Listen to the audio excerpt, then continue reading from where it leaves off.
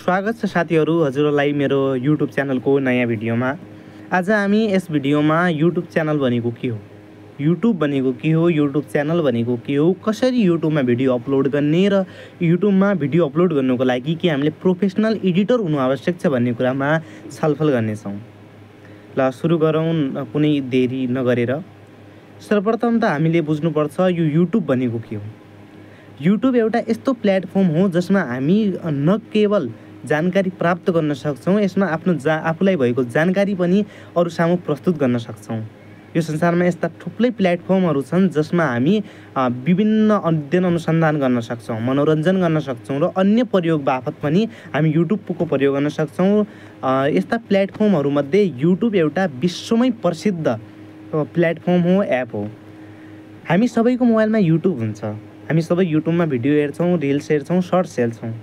YouTubeमा shirts हेर्ने क्रममा हामी थुप्रै सर्टहरूलाई हेर्दा हाम्रो मनमा थुप्रै क्रिएटिभ आइडिया आउँछन्।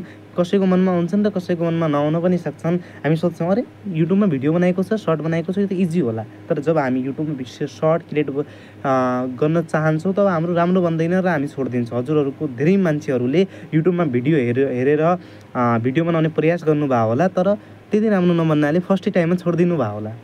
तर त्यस्तो नगर्नु होला। यदि हजुरको फर्स्टै टाइममा एडिटिङ गर्दा नराम्रो बन्दैछ भने त्यसमा बढी नसोच्नुहोस्। जस्तै म पनि YouTubeमा भिडियो बनाउँछु र मलाई एडिटिङ आउँदैन। I am not a professional editor but I make video. हामी सबैले भिडियो बनाएर आफ्नो मनमा भएको कुरालाई एक्सप्रेस गर्न सक्छौँ। यदि म सिङ्गर हुँ र मलाई गाना गाउने मन लाग्छ भने म आफूले गाएको भिडियो YouTubeमा हाल्न सक्छौँ र त्यसलाई हेर्ने पनि यो संसारमा मान्छे छन्। त्यस्तै मलाई रोटी बनाउन हुन्छ र मलाई गोलो रोटी म धेरै राम्ररी गोलो रोटी बनाइहाल्छु। हामी त्यसलाई बनाएर YouTubeमा हाल्न सक्छौँ र त्यसलाई हेर्ने पनि मान्छेहरू छन्।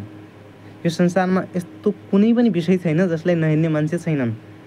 हामी ती सबै कुराहरूलाई YouTubeमा अपलोड गरेर ती सबै जानकारीहरूलाई अरूलाई दिन सक्छौँ र त्यस बापत views, subscriber, like and money कमाउन सक्छौँ। त्यसैले हामीले YouTubeमा आफ्नो कुरालाई एक्सप्रेस गरेर हेर्नुहोस् त, YouTubeमा यदि आफ्नो कुरालाई हामी एक्सप्रेस गर्छौँ भने हामीमा पनि केही न केही नलेज आउँछ, हामीमा पनि केही न केही ज्ञान प्राप्त हुन्छ। हामीलाई त्यो विषय सम्बन्धी ज्ञान बढ्छ। हामी एक्सप्रेस गर्छौँ, हाम्रो पर्सनालिटी डेभलप हुन्छ, हाम्रो एक्सप्रेसिङ पावर पनि बढ्छ र यस्ता थुप्रै अरू फाइदाहरू छन् जसले गर्दा YouTubeमा हामी राम्रो भिडियो नबनाए तापनि आफ्नो पर्सनालिटीलाई डेभलप गर्न सक्छौँ। त्यसैले म सबैलाई के भन्न चाहन्छु भने YouTubeमा भिडियो बनाउनुहोस्। राम्रो बन्दैन छोडिदिनुहोस्, एडिटिङ आउँदैन छोडिदिनुहोस्, तर एउटा यस्तो भिडियो बनाउनुहोस् जुन सिम्पल छ। यदि हजुर इङ्ग्लिस सिक्ने प्रयास गर्दै हुनुहुन्छ भने इङ्ग्लिस बोलेको भिडियो हजुर YouTubeमा राख्न सक्नुहुन्छ, जसले हजुरको इङ्ग्लिसको पावर पनि बढ्छ र कुनै मान्छे हेर्छ भने उसको पनि मनोरञ्जन हुन्छ, उसलाई पनि केही मोटिभेसन मिल्छ। यसरी हामीले YouTubeमा भिडियो बनाएर आफ्नो पर्सनालिटी डेभलप गर्न सक्छौँ र YouTube नलेज गेन गर्न सक्छौँ। यसरी YouTubeको आफ्नै विशेषता छ। हामीले YouTubeमा भिडियो बनाउनुको निम्ति एउटा प्रोफेसनल एडिटर हुनु आवश्यक छैन। सिम्पल एडिटिङ गरेर क्यापकट जस्ता वा ग्यालेरीबाट नै हजुर सानो एडिटिङ गरेर YouTubeमा आफ्नो भिडियोलाई राख्न सक्नुहुन्छ र एउटा सम्पूर्णमा जानकारी प्राप्त होस् कि यसरी YouTubeमा भिडियो बनाउन सकिन्छ।